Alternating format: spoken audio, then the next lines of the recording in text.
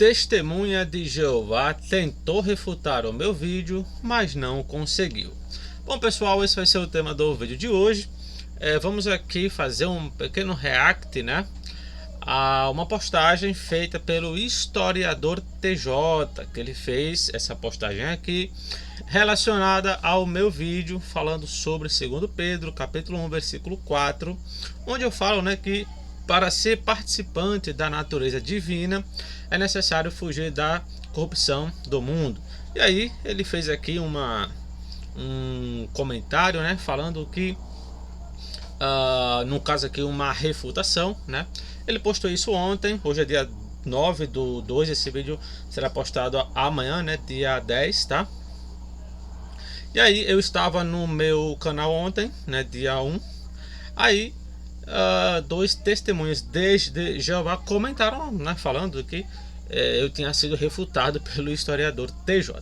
Aí eu vim ler aqui esse argumento e vi que na verdade o rapaz ele cometeu uma série de equívocos, acrescentou coisas que eu nem sequer falei, enfim, uma série de deturpações, né? Nem todo testemunha de Jeová faz isso, mas sempre um testemunha de Jeová. É impressionante.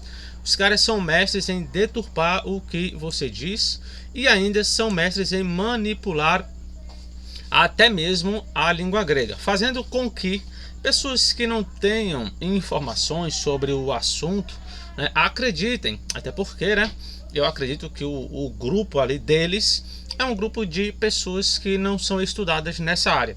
Então qualquer coisinha que eles falem sobre grego, o pessoal acredita e diz: nossa, ele refutou você, né? Só que quando você conhece do assunto, você responde essas questões facilmente. Eu pensei que isso aqui de fato fosse uma refutação, mas aqui a gente vai ler ponto a ponto e vamos mostrar que na verdade não houve refutação nenhuma, e sim uma série de erros cometidos pelo historiador TJ.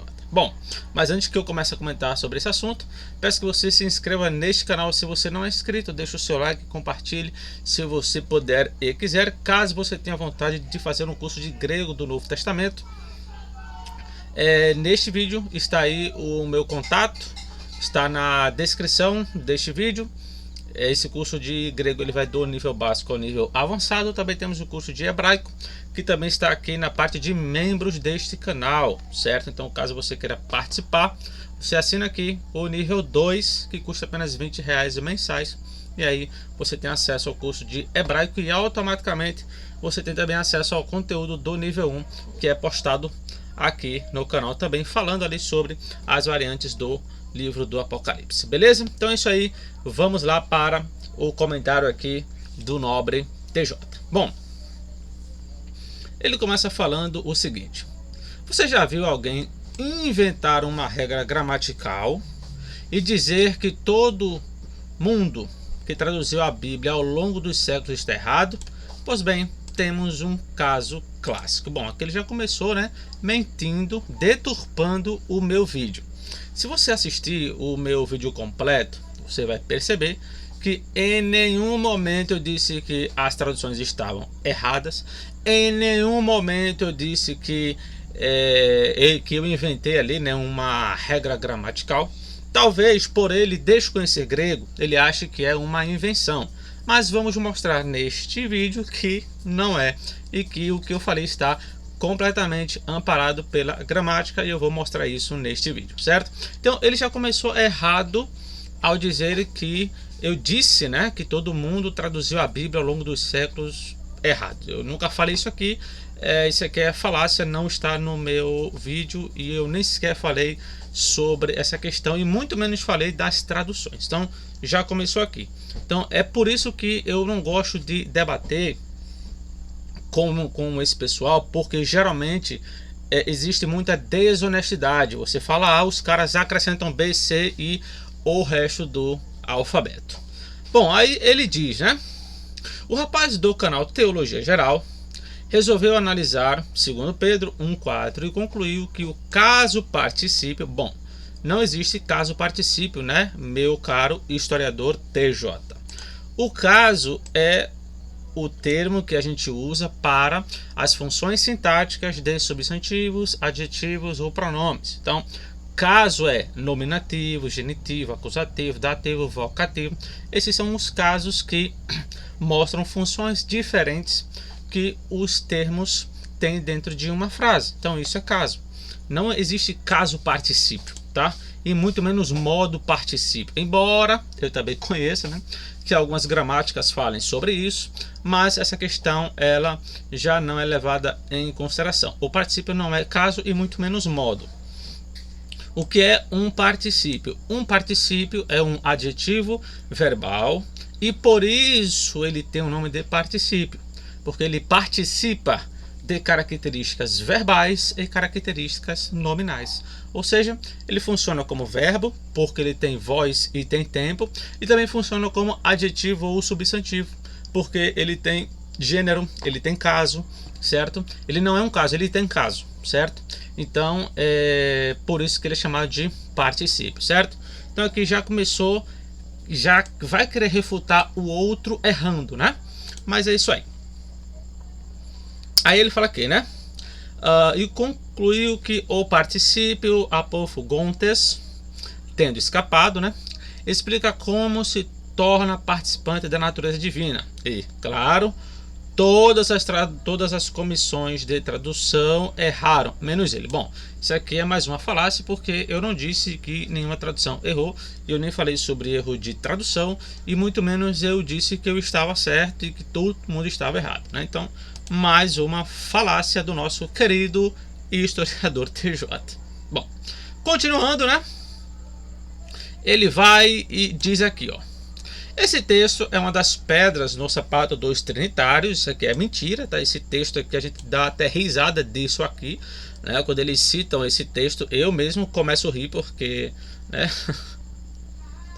Enfim, né? Pois os que reinarão no céu com Jesus serão participantes da natureza divina. Isso aqui eu concordo plenamente com você, meu querido.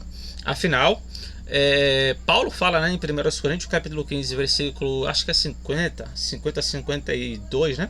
Ele fala que os corpos das pessoas que serão transformados, eles receberão a imortalidade. Até onde eu sei, a imortalidade não é uma característica humana, ela é uma característica plenamente divina. Então, se nós vamos participar, se nós teremos, né, a imortalidade, logo seremos ou teremos parte na natureza divina. A questão do meu vídeo não foi negar que teremos natureza divina. Parece que vocês não compreendem o que os outros falam e querem fazer refutação do que nem entende. O que eu estava falando é que no texto de Pedro, especificamente o texto de Pedro, o autor ele já está explicando como você consegue aquilo. Por quê? O homem por si só, ele é pecaminoso, ele é pecador, ele não tem prazer nas coisas de Deus. Quando Deus resgata esse homem, automaticamente esse homem ele passa a ter desejo nas coisas de Deus, e assim esse homem ele passa a cumprir coisas que antes ele não cumpria. Ele começa a ter desejo em coisas que antes ele não tinha. Então, se ele era um cara que tipo ele roubava, matava e tal, ele vai deixar de praticar isso para não fazer mais e fazer a vontade de Deus. Isso só é possível se Deus agir nele, se Deus toca nele. Então o homem ele já começa a ser transformado desse período de conversão em diante. Inclusive, né, teve amigos seus que são TJs, né, que concordaram comigo no que eu falei, né? Enfim, continuando. Ora, justamente o que eles usam para credenciar Jesus como o onipotente, que lá acham isso aqui é mentira, tá? Eu não sei se você está falando isso aqui de trinitários leigos, né? Que você está aí talvez acostumado a debater na internet, né? E aí são pessoas que talvez não conheçam bem o assunto. A questão não é natureza divina em si, né? Apenas o termo em si. A questão são os atributos completos da divindade. Por exemplo, quando nós, né, formos ali transformados, você acha que nós seremos oniscientes? Que nós vamos saber tudo de todas as coisas ao mesmo tempo? Eu acredito que não, e acredito que nenhum texto diz isso, né? Pois é, Cristo é assim. A gente pega, por exemplo, Apocalipse 2, 22 a 23, diz claramente, né, ele diz: eu sou aquele que sonda mentes e corações. Isso é um atributo específico de Deus, é um atributo específico da divindade. E aí, Cristo fala em Apocalipse 2, 22 e 23, de que ele sonda mentes e corações para julgar, né, para dar a cada um segundo as suas obras. Ou seja, para Cristo fazer um julgamento, é necessário que ele saiba o que está acontecendo com aquelas pessoas, certo? Para dar a cada um segundo as suas obras. Imagine milhões de pessoas no mundo e Cristo ele vai conseguir julgar, ele vai conseguir fazer isso corretamente. Ou seja, só alguém para fazer isso, ele tem que ter o atributo da onisciência. Ele tem que saber de tudo o que acontece ou o que aconteceu com aquela pessoa. Então, me mostra um texto só onde os anjos têm essa capacidade, ou algum ser humano tem essa capacidade de conhecer a mente de milhões de pessoas no mundo ao mesmo tempo. Então, essa natureza divina que é empregada para homens não tem nada a ver com a natureza divina de Cristo. Então, isso aqui é uma deturpação clara do que a gente fala na doutrina trinitária. Então, é aquilo que eu sempre digo: TJ não estuda a doutrina, eles simplesmente estão acostumados a debater em grupinhos, né? Debater em grupos com pessoas geralmente leigas. Mas enfim, vamos lá. Vamos avaliar a pérola que ele nos trouxe. Vamos sim. O argumento do rapaz. Aqui ele vai citar, né, o texto, e aqui diz: o argumento dele gira em torno do particípio apófogontes, traduzido nas Bíblias como havendo escapado. Ele afirma que esse particípio tem função modal, ou seja, explica como alguém se torna participante da natureza divina. Isso. Para provar, ele compara com outros textos onde o particípio adverbial descreve o modo da ação do verbo principal. Isso. Assim, ele conclui que o modo de participar da natureza divina é fugindo da corrupção do mundo. Isso. Tudo isso aqui que você escreveu agora, eu de fato falei. Não tiro nada, certo? Então vamos continuar. Tradução livre do raciocínio dele. Quer ser participante da natureza divina? Então corra do pecado, meu filho, que aí a natureza cai no seu colo. Bom, não é basicamente assim, né? Que a natureza cai no seu colo. Essa natureza divina, ela é dada por Deus a cada ser humano que foge do pecado. Então quando o homem em si, quando Deus resgata esse homem começa a fugir do pecado, automaticamente os atributos estão nessas pessoas, porque elas não conseguem fugir daquilo que é do mundo sem que Deus coloque a sua natureza nelas. Só que essa natureza não tem nada a ver com o poder, certo? Bom, aí ele diz: sou estranho, sim, porque está errado. Tá. Então vamos lá, né? O que o texto realmente diz? Vamos analisar a parte relevante desse 2 Pedro 1,4 em algumas traduções, certo? Ele coloca aqui algumas traduções, né? ARC, KJV, BJ, TB e ATEB, né? Aqui você vê, né? Havendo escapado, depois de vos libertardes, tendo escapado. Vejam só. Todas essas traduções indicam que a participação na natureza divina acontece após a fuga da corrupção. Concordo, tá? Nessas traduções, sim. Perfeito. Cadê? Aqui. Agora fica a pergunta: será que todas as comissões de traduções erraram feio e só o rapaz iluminado está certo? Bom, vamos lá. Primeiro que em momento nenhum eu falei que todas as comissões da tradução erraram feio. Isso aqui é uma coisa que você está argumentando como se eu tivesse falado. Nunca falei isso no meu vídeo lá, em momento nenhum. Então você está criando uma falácia que eu nem sequer falei isso. Aí você diz: e só o rapaz iluminado está certo? Bom, só eu não, né? Eu acho que você esqueceu de consultar outras traduções, né? Você só consultou essas, foram. Olha, existem diversas, né? Vamos aqui consultar algumas, tá? Aqui nessas duas traduções que eu peguei, né? Só vou pegar duas aqui para não ficar muito grande, já que esse vídeo ele vai se estender, né?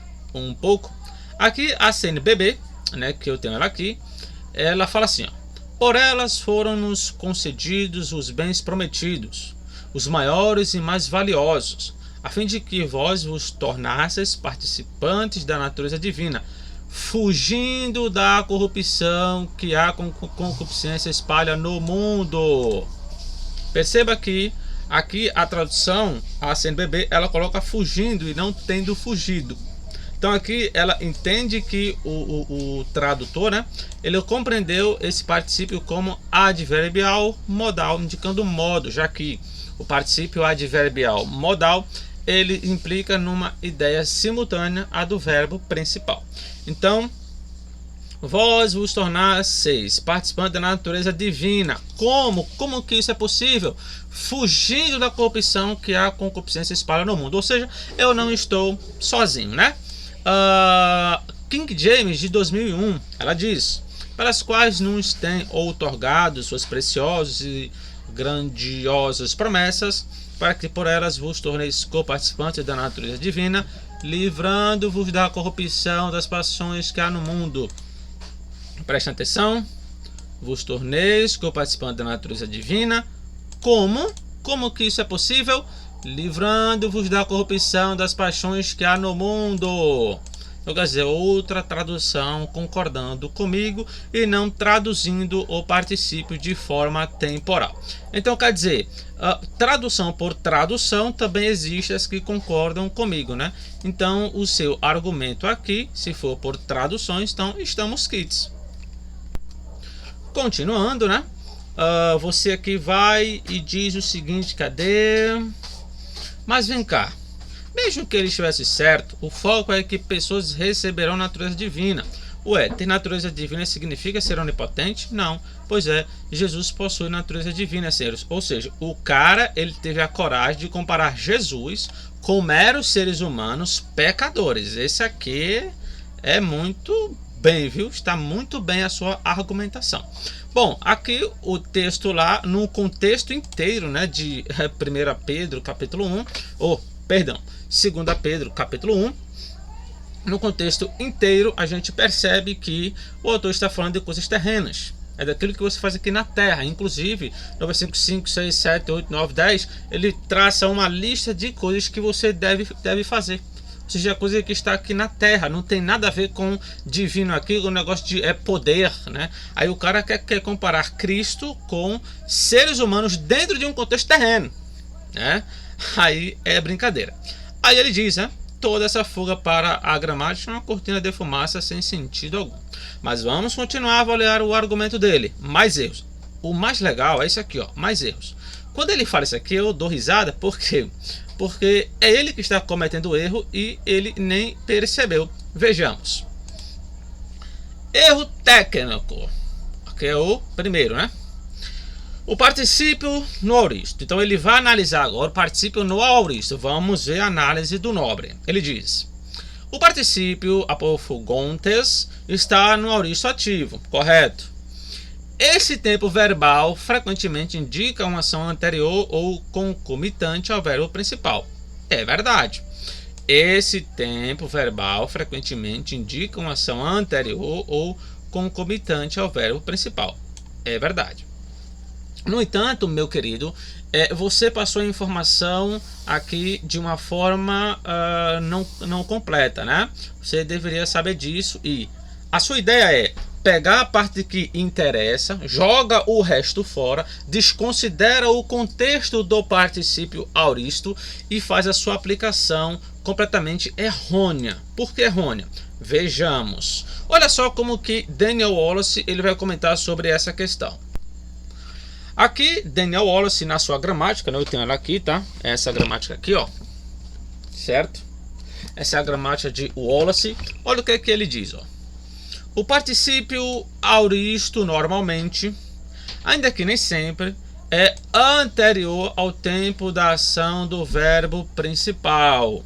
Então veja, essa parte aqui que Daniel Wallace menciona é a parte que o caro TJ falou lá no seu comentário. Está correto, certo? Só que está parcialmente correto. Por quê? Porque ele não colocou os outros pontos, certo? Que é esse aqui, ó. Mas quando o particípio auristo estiver relacionado a um verbo principal auristo, o particípio será frequentemente contemporâneo ou simultâneo à ação do verbo principal. Isso aqui você ocultou, né? Isso aqui você não colocou, porque a sua fala é como se qualquer particípio auristo ele fosse antecedente, e isso é mentira. O próprio Wallace aqui desmente você, porque ele vai dizer que o particípio auristo, quando ele estiver relacionado a um verbo principal no auristo, o particípio será frequentemente contemporâneo, ou seja, tanto o particípio quanto a ação do verbo principal são contemporâneas. Agora eu pergunto, o texto grego de 2 Pedro 1,4, o verbo principal está em que tempo? Auristo. E o particípio lá está em que tempo? Auristo, ou seja, são dois auristos. Dois auristos geralmente é o que? Simultâneo. Ou seja, concorda com o que eu disse, porque o particípio adverbial modal ele é simultâneo à ação do verbo principal. Então, já que aqui a gente já vê para onde a coisa está indo, certo? Mas veja aqui outra questão importantíssima sobre o particípio auristo. Veja o que o Wallace ele nos diz aqui, ó. Com um verbo principal no presente, o particípio auristo normalmente é antecedente. Olha só, gente, ó, é com o verbo principal no presente, certo? Isso aqui ele não mostrou lá no comentário, né? Isso aqui ele ocultou. Ou seja, o seu comentário ele se aplica quando o verbo principal está no tempo presente. Quando você tem auristo com auristo, geralmente a ação, frequentemente a ação ela é o que? Simultânea e não antecedente, como você falou lá, né? Então, mais um erro aqui da sua parte, né? Então você tem que corrigir aí essa questão.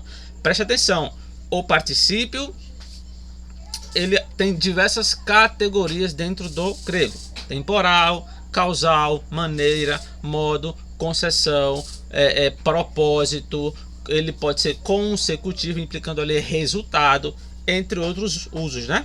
Aí, quando nós vamos analisar aqui o seu, o seu comentário, né? Você diz, ou seja, o texto não está dizendo que fugir da corrupção é o método para obter a natureza divina, mas sim que os participantes da natureza divina são aqueles que já fugiram da corrupção. Isso aqui, ó, é verdade em parte.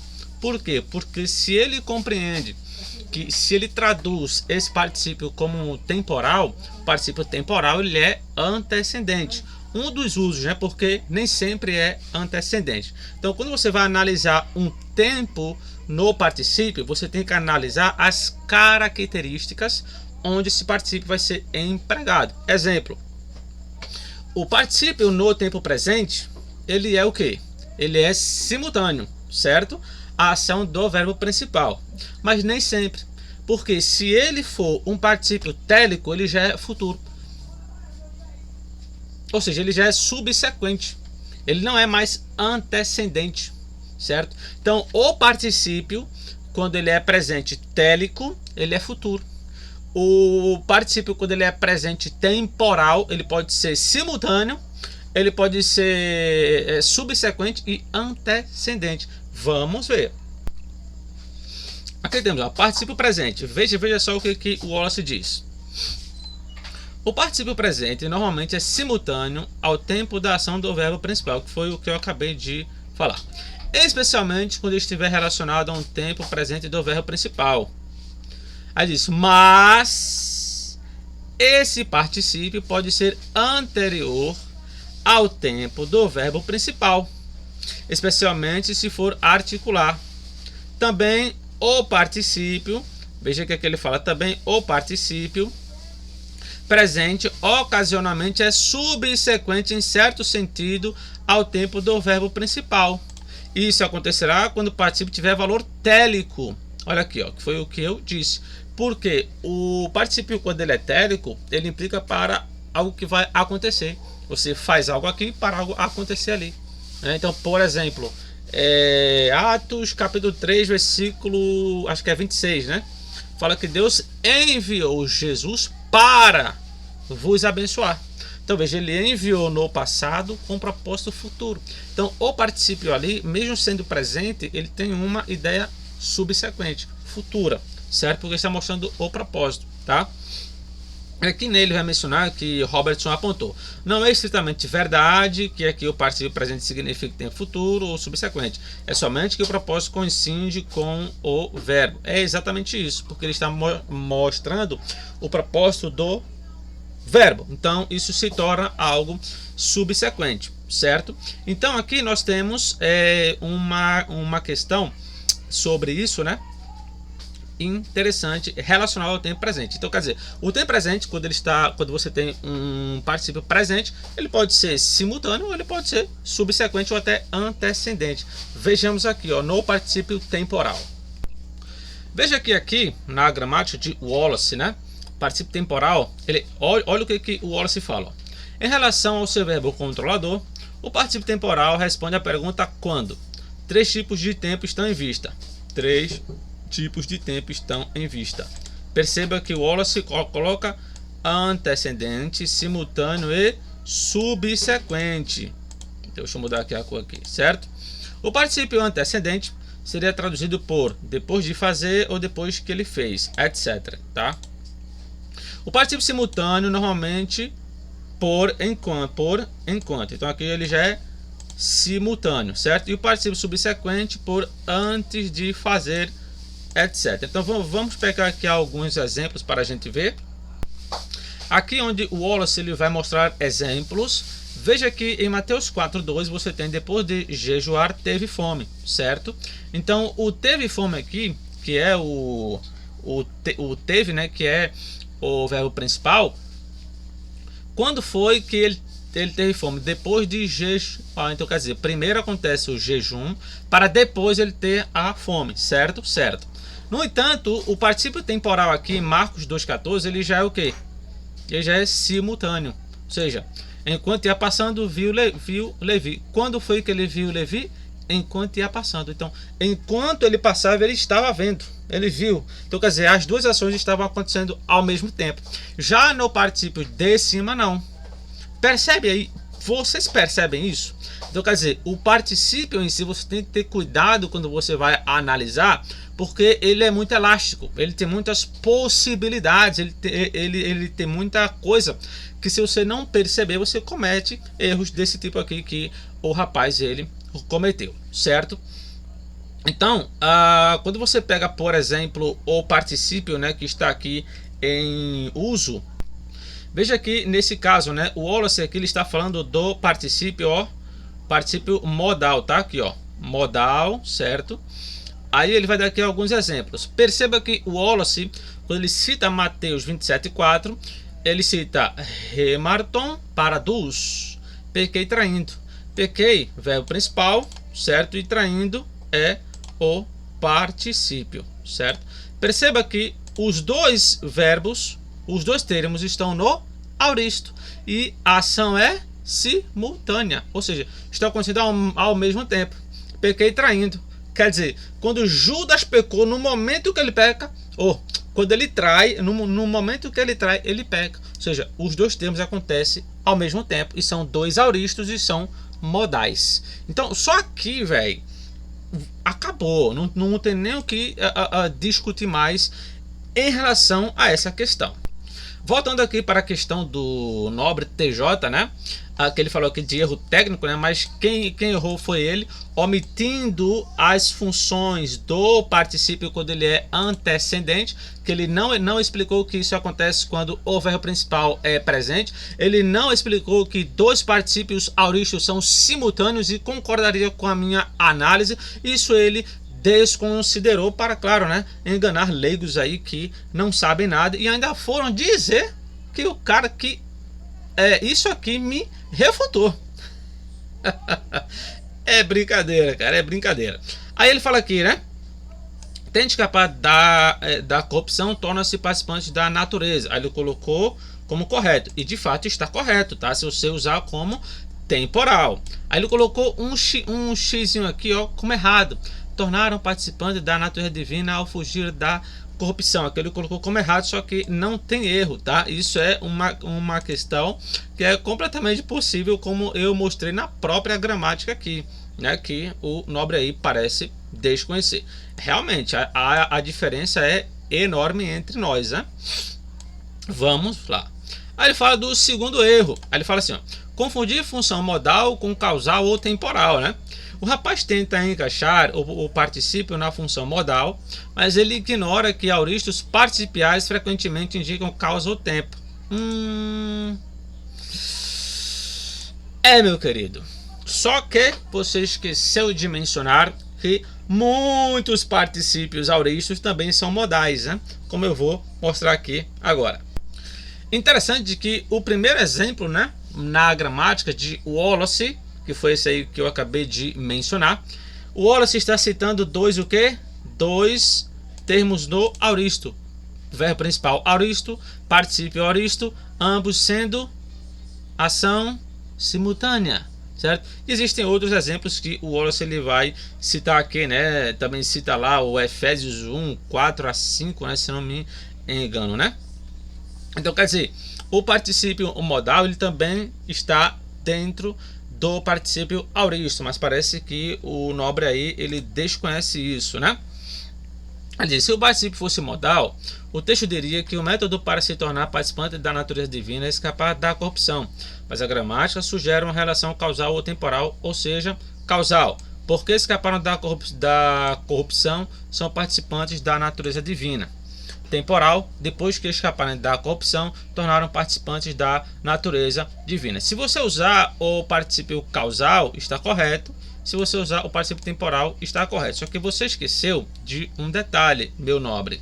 Você esqueceu que o particípio ele é um termo muito elástico. Primeiro, você encontra em diversos textos onde os particípios eles podem ser diversas coisas. Ele pode ser causal, pode ser concessivo, pode ser temporal, pode ser modal, pode ser télico, ele pode ser um monte de coisa, ou seja, ele é muito elástico. Você está falando que eu confundi função modal ou causal, ou eu confundi o modal com causa e temporal? Não, os três usos eles são completamente possíveis aqui. Só que, se você perceber, nem o particípio causal, nem o temporal ajuda você em absolutamente nada. Na verdade, é até bom para mim. Olha só. Se tornam participantes da natureza divina. Por quê? Porque escaparam da corrupção. Opa! Então, esses porque escaparam é algo que já aconteceu. Então, se as pessoas escaparam da corrupção, então elas já fazem parte da natureza divina aqui na Terra. Percebe? Então, quer dizer, o particípio causal ajuda ainda o meu argumento no que eu estou falando. Porque o particípio causal, ele mostra a causa do verbo principal. Então, vocês se tornam participantes da natureza divina porque escaparam da corrupção que há no mundo. E quando que isso acontece? Nesse contexto, quando foi para o céu, quando morreu? Não, as pessoas ainda estavam na terra. Ou seja, o particípio causal me ajuda e não ajuda você em absolutamente nada. O particípio temporal acontece a mesma coisa. Tornam-se participantes da natureza divina. Quando? Quando que isso acontece? Depois de escaparem da corrupção que há no mundo. E aí a gente lê o contexto, a gente vê o autor falando de coisas terrenas, de características que a gente tem que seguir terrenas. Vamos ver? Vamos lá. Aqui está o texto, né, do contexto de Pedro que vamos analisar. Veja o que é que o próprio autor está falando. Dessa maneira, ele nos deu as suas grandiosas e preciosas promessas para que por elas vocês se tornassem participantes da natureza divina, tendo escapado da corrupção que há no mundo por causa dos maus desejos. Por essa razão, olha só, por causa disso, empenhem-se para acrescentar a sua fé e virtude, a virtude ou conhecimento, ao conhecimento ou domínio próprio, ao domínio próprio a perseverança a piedade, a fraternidade o amor. Porque se essas qualidades existirem e estiverem crescendo na vida de vocês, elas impedirão que sejam ineficáveis e improdutivos no conhecimento do nosso Senhor Jesus Cristo. Deixa eu seguir aqui, né? Todavia, se alguém não as possui, está cego, só vê o que está perto, esquecendo-se da purificação dos seus antigos pecados. Portanto, irmãos, empenhem-se ainda mais para consolidar o chamado e a eleição de vocês, pois se agirem dessa forma, jamais tropeçarão. Ou seja, o autor está falando de algo terreno, de algo que você conquistou ainda em vida. Ele está falando para vocês se empenhar para consolidar o chamado e a eleição de vocês. Se vocês agirem assim, jamais tropeçarão. Ou seja, o contexto inteiro está a meu favor e contra você. Onde é que nesse contexto aqui o autor falou de poder divino, de natureza divina, no sentido de ter poder, de ter os atributos da divindade? Onde foi? Porque eu não vi até o momento, né? Você tem os atributos de Cristo aqui? Você tem a onisciência? Você tem toda a autoridade? Tem? Rapaz, é brincadeira, né? Bom, deixa eu voltar aqui. Então, tanto o particípio causal e o temporal, eles me ajudam. E eles se enquadram num contexto do que eu falei, né? Aí ainda você teve a coragem, né, de falar assim: isso reflete muito melhor a estrutura do grego do que a leitura forçada do rapaz. Mentira! Muito pelo contrário. Como eu mostrei, dois particípios, ou um particípio auristo com verbo no auristo, geralmente a ação é simultânea. Acabou. Você não tem... aí você disse, né, que isso é invenção minha. Como eu mostrei, está na própria gramática que você desconhece. Porque se você conhecesse, você jamais iria dizer isso, não é, senhor TJ? Bom, vamos agora para o último argumento, né? O último argumento aqui, aqui, ó. Erro técnico, terceiro, criar um problema teológico, né? A interpretação dele sugere que a participação na natureza divina depende do esforço humano de fugir do pecado. Mentira. Errado. Isso aqui está errado. Primeiro que a minha posição teológica em relação a essa questão é contrária a essa vertente, né? Porque eu não acredito que o homem ele vai a Deus sozinho, né? Isso aí eu não creio, né? Isso era uma ideia de Pelágio, né? O pelagianismo era quem pregava isso, e também o semi-pelagianismo, né? E não eu, certo? Então eu entendo que Deus ele busca o homem, como eu já falei aqui. Deus ele busca o homem, e a partir daquele momento que o homem se sente tocado por Deus, ele foge da corrupção do mundo e a natureza divina está nele, porque Deus começa a habitar nele, e aí ele começa a evitar o erro e buscar o acerto, né? O próprio Espírito Santo ele começa a habitar no homem. Até onde eu sei, o Espírito Santo ele, né, faz total parte da natureza divina que ajuda o homem a fugir do pecado. Então isso aqui é completamente falacioso, né? Deus dá as suas promessas. Concordo, essas promessas garantem a participação da natureza divina. Concordo, aquele que participa dessa natureza já escaparam, ou logicamente escaparão da corrupção do mundo. Concordo, e o contexto refuta a sua ideia, né? Porque você entende que esse texto aqui é como se fosse algo que já fosse no céu, ou que já fosse num estado eterno, sendo que o contexto não fala disso, né? Acho que você aí não leu aí o contexto dessa passagem, né? Aí ele fala: a causa da transformação é Deus. Concordo plenamente. O resultado é um afastamento natural da corrupção. Concordo plenamente. Ou seja, eu concordei com esse seu terceiro tópico aqui plenamente, tá? Porque é isso aqui mesmo. Isso aqui eu não discordo, até porque eu não fui contra isso em nenhum momento do meu vídeo. Bom, aqui nele vai dizer, né, conclusão, quem está certo, né? Aí vocês quiserem ler essa parte final, vocês leiam aí, né? Aqui, olha só, aqui ele vai dizer, uma página na internet dizendo que todas essas traduções estão erradas porque ele viu uma função modal onde não tem. Eu não disse que todas as traduções estão erradas. Isso aqui é mentira sua, certo? Isso aqui é falacioso, né? Mentir contra outra pessoa que nem falou isso aqui.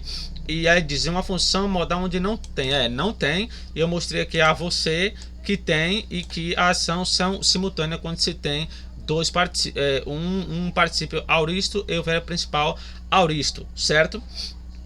Então, aqui eu mostrei que isso existe e, claro, né, eu tenho gramáticos aqui, eu tenho várias obras que também falam sobre isso e, claro, você desconhece porque você é leigo no assunto, certo? Então, esse vai ser o primeiro e último vídeo que eu vou gravar acerca dessa questão, porque o rapazinho aqui, né, é um rapaz que, além de passar informações falsas e mentir sobre a minha pessoa, dizendo que eu falei coisas que eu nem sequer falei, não falei que nenhuma tradução estava errada. Ou seja, o cara fez uma postagem mentirosa e ainda ocultou informações importantes do assunto, enganando assim as pessoas que o seguem, né? Mas aqui não tem vez, né? Eu tenho as informações e eu mostro aqui sem nenhum problema. Beleza, pessoal? É isso aí. Que Deus abençoe a todos. Espero vocês no próximo vídeo.